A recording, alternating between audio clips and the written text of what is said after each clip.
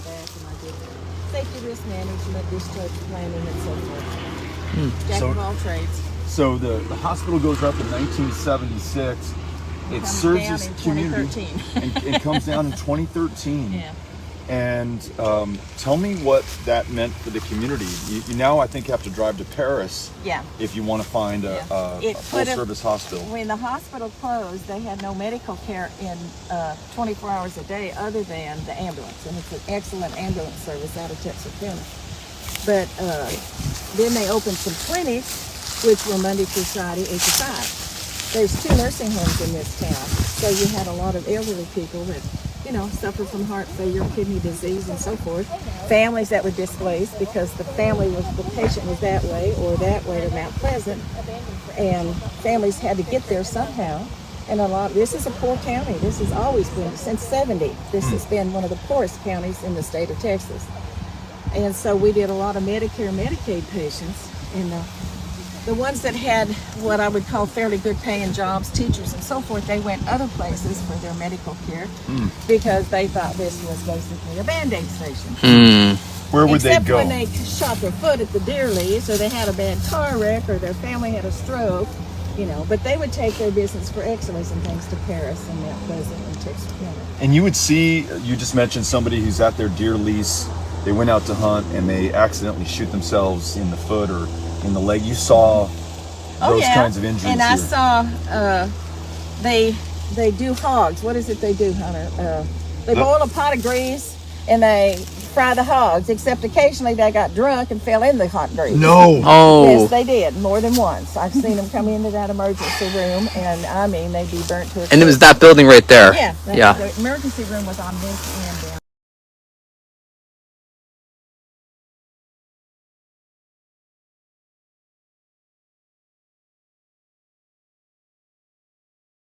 down here, yeah. And this was the office end up here, and the patients were on the top 2 floors. Now, when I was director of nursing, we had patients on both floors. But then eventually, with Medicare changes and Medicaid changes and cut and pay and all that, we dropped down to everything was on the top floor. Got you.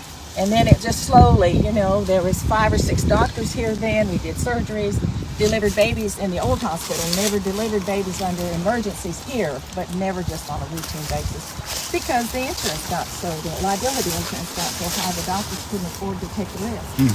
So we got the real risky ones who never had any care, prenatal care, or just dropped in because they were driving by and went into labor. Or Oh, wow. whatever. So. And are you said you moved here in 70. Do you still live in Clarksville? No, I live in Blossom. In Blossom. Yeah. What's happened to the community of Clarksville as this hospital has closed down? I imagine it's harder to keep people here or to attract And a lot of the people. nurses that worked here, well, there was, we had a lab, we had x-ray, we had office people. When I left in 2013, I think there were about 80 employees, and I don't know how it ended up in 2013, but probably 50 or 60.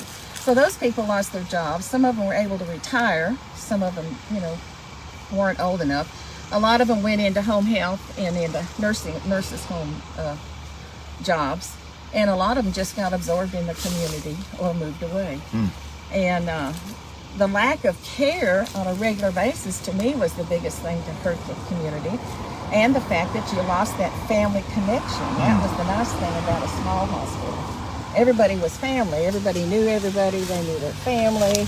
I spend a lot of time in this county because I know the families. I know their parents. So they'll come up. You were with my dad when he died in the ER. Or, you gave my mother a hug, or, those kind of things. So you lost that connectivity with them.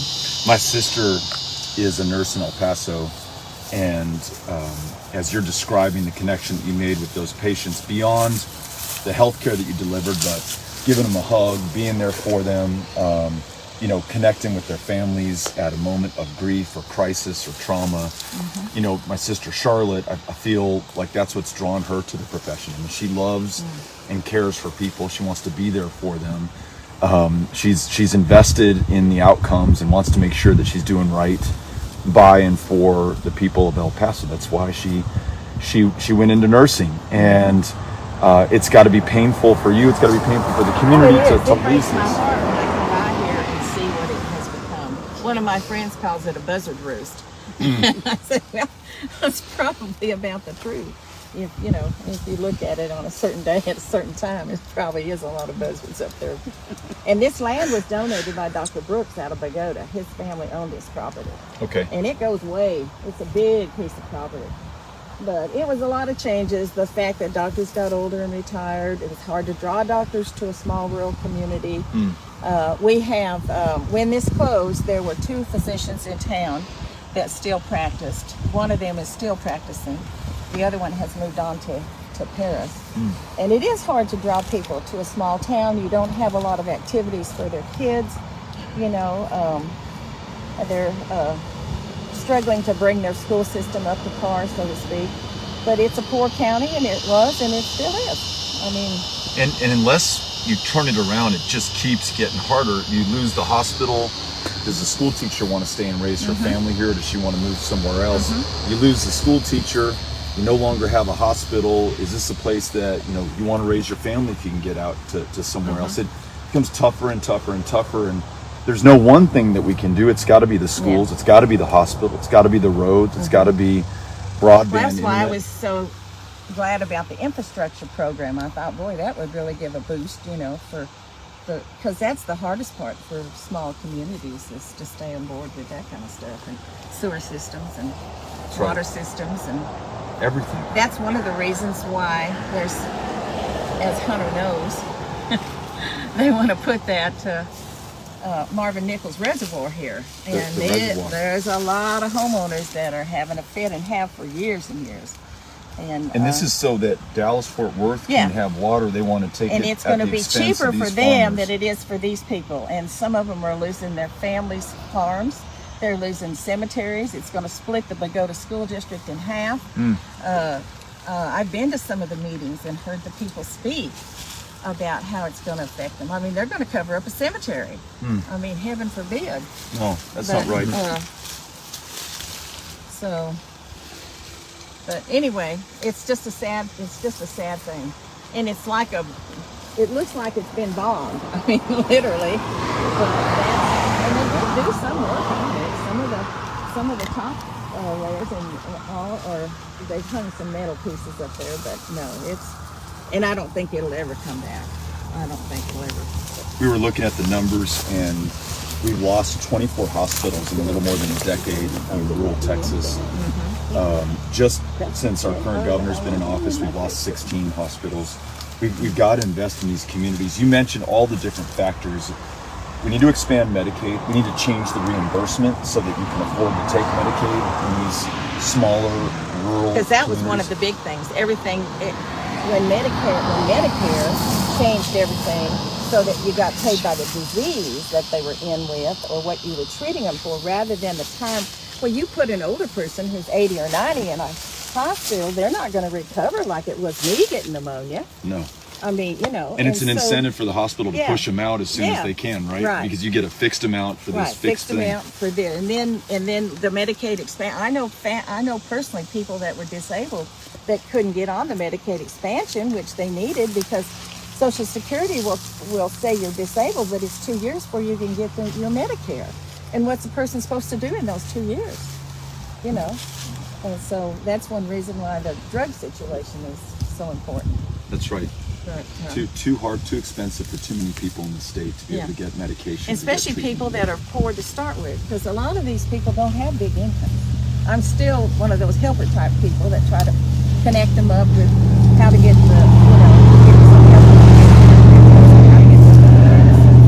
where they can get. I work with the senior food box deal where we help seniors. I think about 90 boxes a month we give out to seniors here.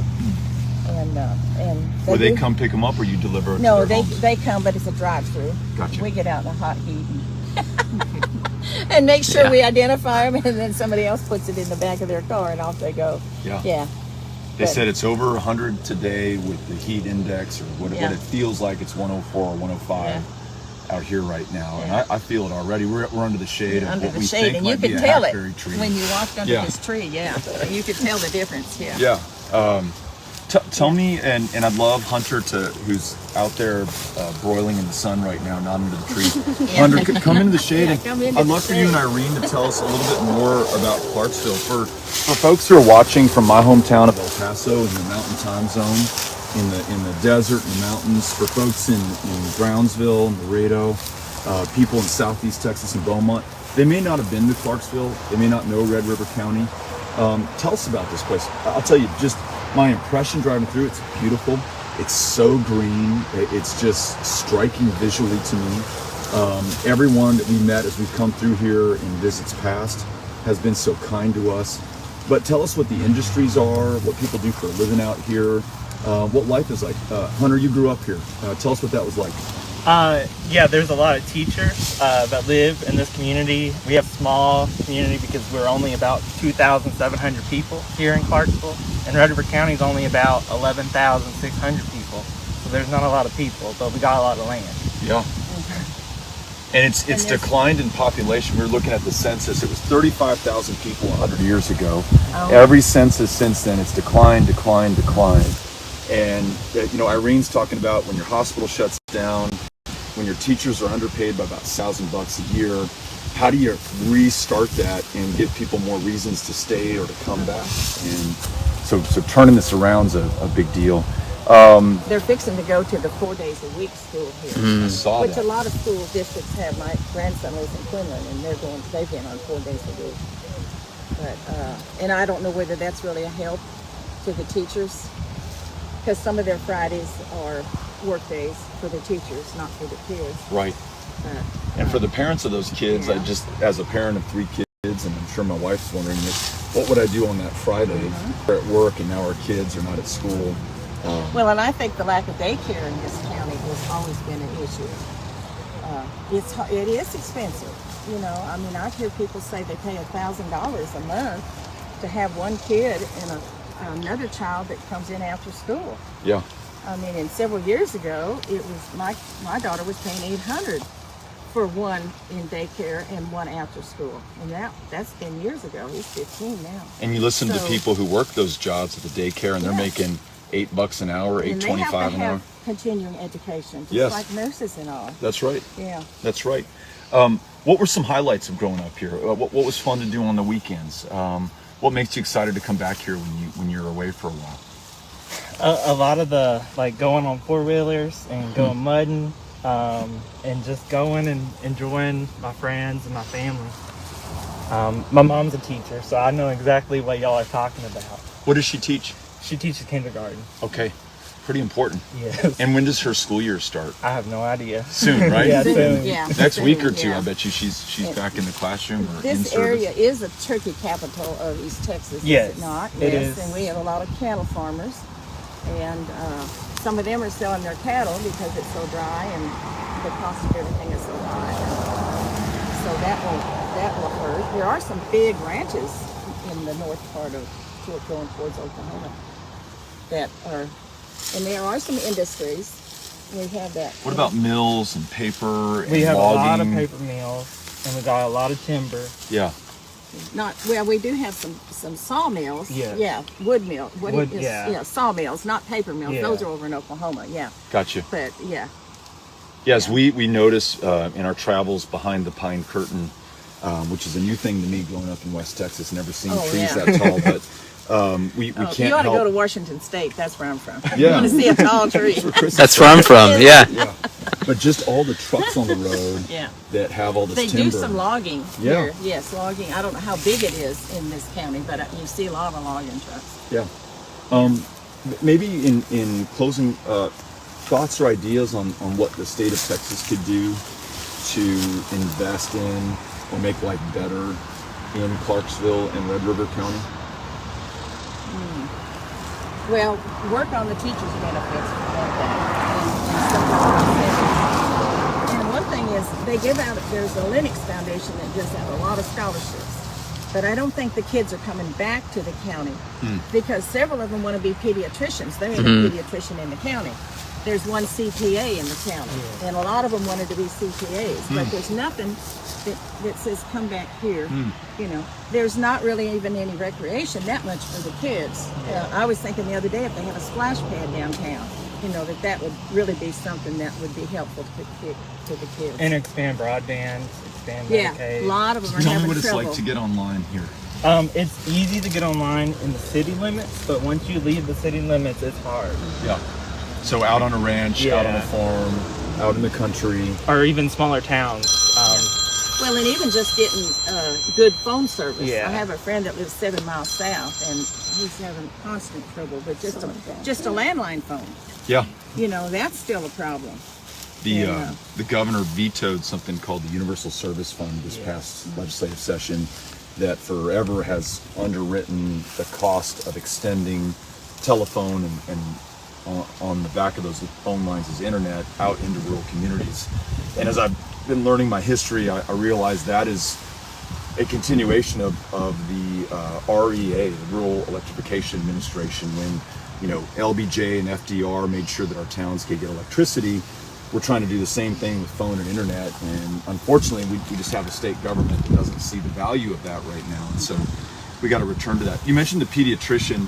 One other idea that I've heard from rural communities is reviving something known as the Rural Scholars Program, which basically says if you are from Red River County, can't otherwise afford medical school, we, the state of Texas, in partnership with the Commissioner's Court here, will pay for your medical school education if you'll come back and practice medicine in this community for 6 years. That's the trade-off, which sounds like a deal, if I've ever heard one, and getting one of your own back here. For whatever reason, that program no longer exists, but that seems like a no-brainer to get back going again, to attract more providers in these communities. And extend it to nurses. We have a 20,000 nurse shortage here. Yeah, we had a scholarship program here that we self-funded, that we helped. In the county? Yeah, it started through the hospital, and it was a hospital, but it was all self-funds. Well, the hospital wasn't built with taxpayer money. It was all from the citizens of this state, of this county. Really? Every penny of it that went into that. So 1976, or in the years before that, It was this all- community decided we're gonna fund this. They didn't do it with taxpayer money. They kicked it out of their pocket. No way. Every room on those 70-some floor hospital rooms, if I remember correctly, might have been 60-some. But anyway, they had a plaque on there. This room was donated by. Really? The emergency room. That is such a cool story. Everything was donated by the citizens. You, Cynthia was telling me, helped to lead a bond issue Yes. in the community recently that just passed by a few votes, right? Yes. What was the margin on it? So we registered 64 people to vote, and we won the bond, the first bond in 40 plus years, by 59 votes. You registered 60 people to vote. Yeah. You won by 59 votes. Yes. You literally registered the margin of victory Yeah. in an election. That is awesome. And that was a bond to support what? The school district, the students in the elementary are still using a school that was built to be the black school before segregation ended. So we just wanted to pass a bond so the students could have, you know, just bare necessities to get by. Yeah, because the shower rooms, they do a bicycle tour here, or they were a couple times a year, and they would come and stay in the library and at the school, high school, and the showers were pitiful. You know, some of them didn't have faucets that turned on, some of the commodes didn't work. It really, really needs it. It really needs an upgrade. But a lot of them chose to send their kids out of the county to other schools than to stay and support this one. And that's why I'm a proponent of keep the money in the school system. If you want to send your kids to a private school, dig out the money. I love Yeah. that. There's an attack, as you know, on public schools now Yeah. from our governor and others who want to take our tax dollars, turn them into vouchers, send them to private schools. I'm with you. If you want to send your kid to a private school, more power to you. That's your choice, and it's also your responsibility. But my money wants to stay with the public schools where my kids go to school, where the kids in this community go to school. And Well, and where there's some rules and regulations, because a lot of those private schools don't have, don't have rules and regulations like they do in the public schools. yeah. So, Well, this is so helpful to learn more about what's going on in Clarksville, in Red River County, to see literally the hospital that you worked in from 1976, did you say, till 1990? I retired in 2013. Oh, so right before. Yeah, most of the time, yeah. This right closed here. down. Okay. Yeah, 2 years before. Okay, wow. And you said there was some hope that, you know, part of the reason we see that it's down to the bones is that they were going to rebuild it or do something with it, Expand but it, that yeah. hadn't happened. Yeah. That hadn't happened. Well, clearly, we can see. There was a lot of obstacles in the state, in Austin and all, with the land and the deed and all that. And, I mean, it was a mess. It was like people didn't want it to happen. So Well, I'm glad you shared this with us and being I here. appreciate you coming. Yeah, Because we get a lot of politicians that come through, but all they want to do is tell you what they've done. right. And then when you get to your second question, then they've got to go to the next place. Your little helper says, you got to move on. You have another appointment up the road. Don't ever do that, Cynthia. I've been known to do that. No, Because Cynthia I love doesn't to do talk that. about mental health. And when I mention mental health, you've got an appointment, sir. You got to be up the road in 10 minutes. while we have a minute, tell me about mental health. Well, I've retired. It's been 10 years, and it was in bad shape then.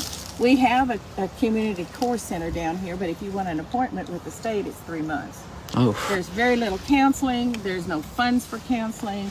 There might be funds to help you see a psychiatrist who basically gives medicine. It doesn't help you live day to day.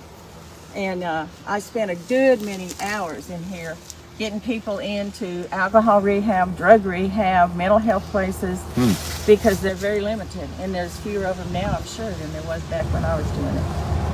What gets me is when I read that our county jail system is the largest provider of mental health care services in the state. We don't lack for resources. We have extraordinary wealth. We just haven't prioritized folks who really need the help right now, like those who are in mental health crisis or just need some care Yeah. and need I some mean, if therapy. you're as you thinking about described. committing suicide, you don't need help 3 months from now. No. So, yeah, it's a major issue. Well, thank you for raising it. And we talked earlier about Medicaid expansion. That certainly helps, but that won't be sufficient. We've got to change the funding formula for Medicaid, especially for our rural communities. And then we have to supplement that because we're 51st in the nation right now.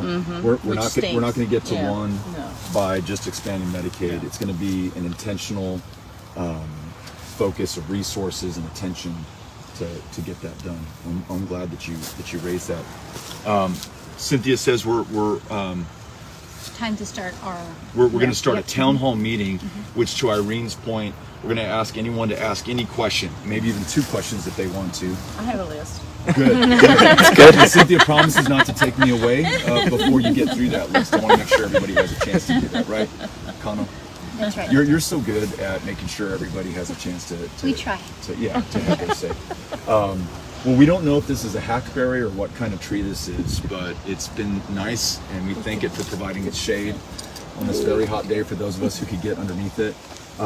Irene, Hunter, thanks for talking with us and helping us to understand what the closure of a community hospital means for a town like Clarksville, for a county like Red River, and we invite everybody to join us at 1 p.m. We're getting together at Bistro. The Italian Bistro. Italian Bistro, who've opened their doors for us to make sure that we could hold this town hall meeting.